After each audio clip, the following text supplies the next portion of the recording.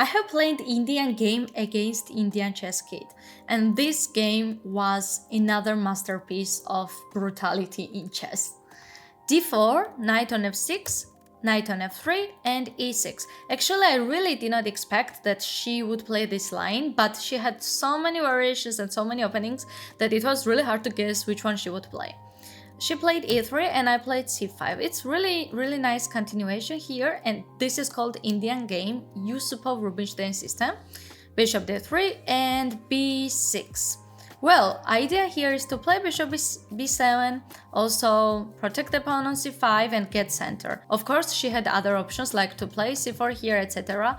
But yeah, I played b3, castle, and bishop b7. I like this bishop on b7 really well because it attacks this knight and doing well. And also I felt that developing bishop that way would be best for me. Knight bd2 and d5. Instead of d5 was also options like knight c6 to develop my knight, to play d6, etc. And would be probably better to play knight c6 because I need to wait here what my opponent would play. She would probably play here rook on e1 and then try to push e4, and that's not really easy to play, but it's the best continuation, and probably I would attack on d4, etc. But d5 is also a good move. I don't want to allow e4 and just transferring this position. And yeah, b3 and bishop d6. Instead of b3, I think she should have played rook on e1 or c4. She does not need to waste time of playing b3 because after rook on e1, if I play c4, she can play bishop on f1 and my pawn is not doing well. b3 is hanging, and if b5 there is a4, so it's not really good for me to continue like that. But b3 is still fine, she wanted to develop this bishop. I played here bishop d6, just developing my bishop and to castle next. Bishop b2 and castle. This is really fine. Even though I didn't know opening well, I still managed to play good moves. Knight on e5 and knight c6. Well, I was also thinking about knight d7, but I didn't like knight d7, and if I would take with queen, there would be this move and then bishop f6, and I really didn't want that. And if I would take with knight, she would play f4 probably, and I didn't want to lose tempo. So I played here knight c6. Just develop my knight and attack knight on e5, a3 and rook c8. Well, also knight on e7 would be really interesting. I'd have knight on f5, but rook c8 is good move because I just developed my rook. f4 and knight on e7. This is like regular position, stone wall kind of pawns, and it's fine. And my idea after knight on e7 was to play knight on e5 and also open this diagonal for knight on e4. That's why I played that. She played queen on f3, and here I made a mistake. Well, after queen on f3, her regular idea is to play g4, queen on h3 and start attacking on my king side, which is really common in this kind of pawn structure. But I should have played here either knight on f5 or I should have just simply taken that. I was thinking to take it and then maybe play queen c7 or knight on e4, and now I just see that my rook is opened, this file is opened, e4 square is more free, so that's why it would be best to play instead of queen c7. And after that she played knight g4. Instead of knight g4 would be perfect to play queen on h3 to attack that pawn and then push g4. She played knight g4 and I took it. Another inaccuracy. I was really thinking to play knight on e4, but I didn't like that. After knight on e4, she would just take, and maybe take on e4 with... I really didn't like that, but it's not actually a big deal because if I take, there's queen e4, but I didn't like this position. I can play f5 because this pawn is hanging. So that's why I took it, which seemed fine. She took and I played f5. Instead of f5 would be also perfect to play knight g6, but I felt that this knight would be passive on g6, so that's why I didn't do that. f5 and I took on d4. Yeah, I think this is already not the best move. I think rook on f7 would be good because if she would take, I would take with my pawn, this is protected, and then c4 would be best.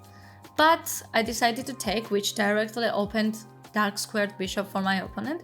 She took and I played knight c6, but this is still fine. My knight is doing good, attacking this bishop on d4, so why not? Bishop e7 and rook c e8. Seems like it's inaccuracy, And perfect would be to push e5 directly, but I didn't like this move. And then bishop f5, but I'm sure that there would be something, maybe knight c4. Oh, I think I missed knight c4, and now this bishop is hanging, so yeah, I should have played rook c8. And my idea was here to push e5 and then take with rook or something, so this pawn would be protected. And she played bishop b5. The perfect would be to play c4, but this is very tough to play here because you kind of overlook, and after e5 you are like, oh, this pawn is hanging, you're opening this bishop, so that's why probably she did not play c4 and she played bishop e5, and I played here e5. Very strong move. I want to open my rook, that was the idea. I want to attack this pawn, so e5 is good move. She took on c6, and here I was thinking, you can see on my time, I was thinking to take with bishop, and after I would take with bishop, she would just simply take, and I wanted to take with rook, and then after queen, for example, h3, I want to take on a1, and this will be a really good position for me. Like, look how strong my queen is. I have bishop against knight, f4 might be hanging, this pawn is weak, so this would be really good. I didn't want to go for this line which she was thinking, so I took with queen, which is mistake. Because after that, after I would take c2, she should have taken that and then play knight on f3, and now this pawn is doing great. And even if I take on e3, which is not working, there might be d7 already. Or yeah, this is really tough, but it would be tough for her to see that. That's why she played bishop d4 and I played bishop c5. Sometimes we don't go by rules and sometimes we just play risky moves. So that's what happened in this game, and you will see also some craziness here.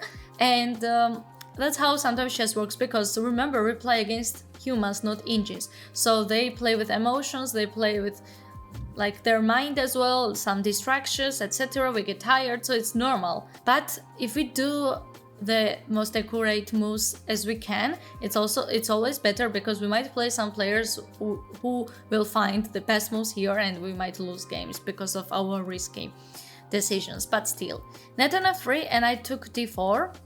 I can't take on b3 because there might be like take and something like rook b1, or first rook b1 and then take on c5, and now this bishop is hanging.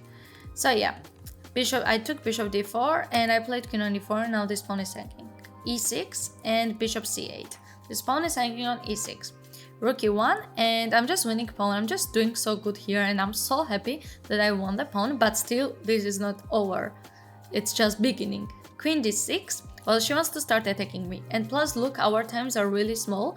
She has 8 minutes, I have 7 minutes, and there are 14 moves before we get extra 30 minutes. So it's 26th move, and I played rook on f6. I'm doing well. Rook on f4, and I played queen d3. Everything is going as planned. Queen c6 and bishop f7. Yeah, I'm just protecting my rook, etc.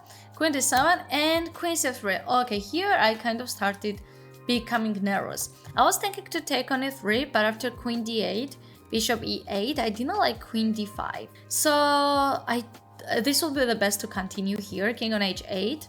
And now this rook is hanging and I have extra pawn and I'm doing great. I don't really know why I did not do that. I think I overlooked on this move. And I played queen c3, which was mistake, because she played rook on e2 and here I made mistake. I took on e3. But difference now is that rook is not on e1, and after rook on f3, she just takes it with tempo. And I have to play bishop f7 or rook on f7, and it's just like knight on f5 will be hanging because king will be able to play on f2.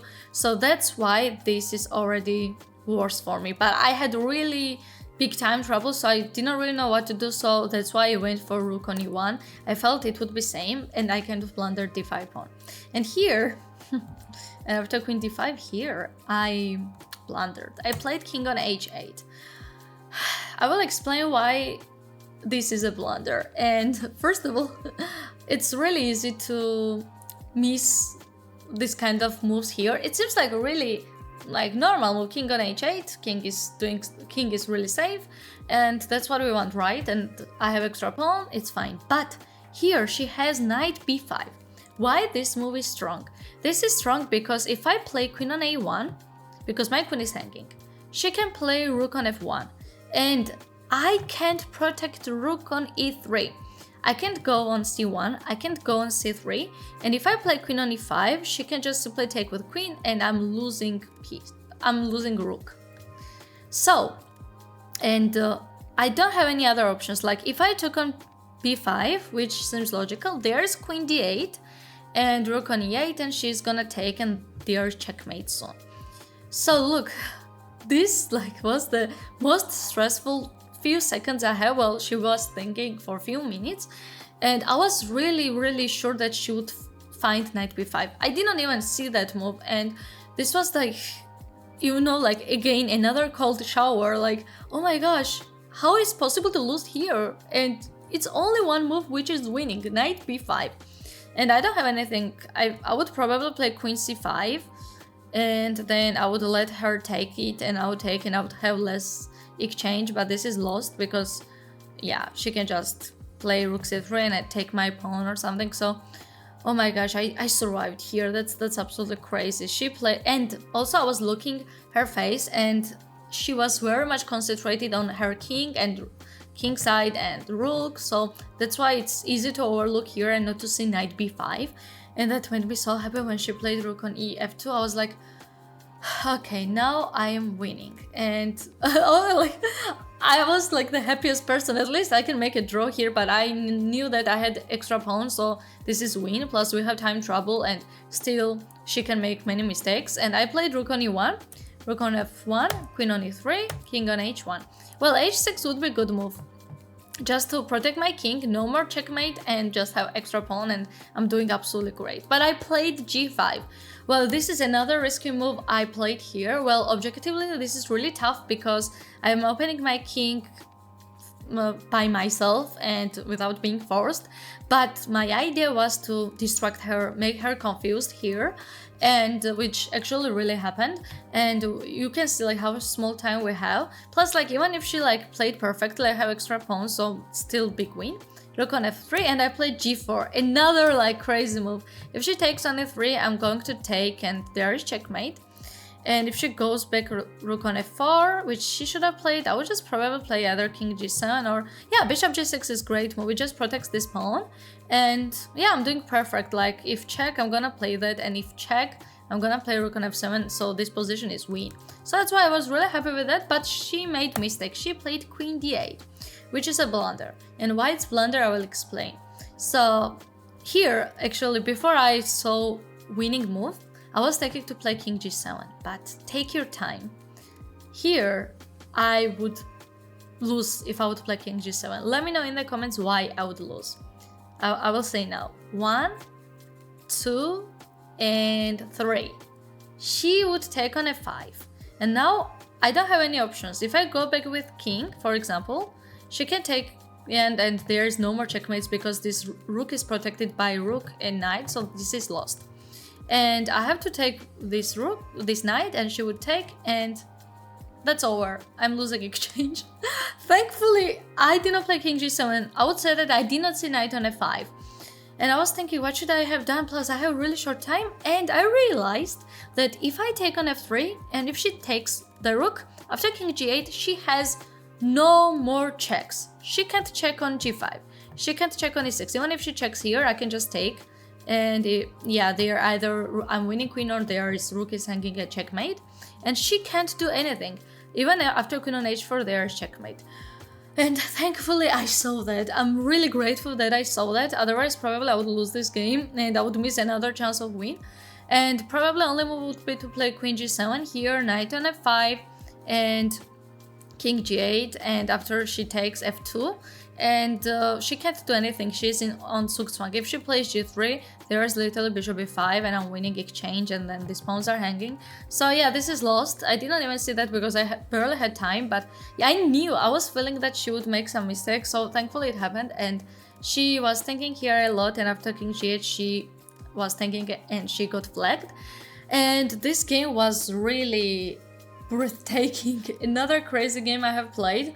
I'm really grateful with this opportunity that she missed win and I won with really good fashion. And if you enjoyed with this game, make sure to give thumbs up and subscribe my channel and hit notification bell, and let me know in the comments how you were feeling while you were watching this recap.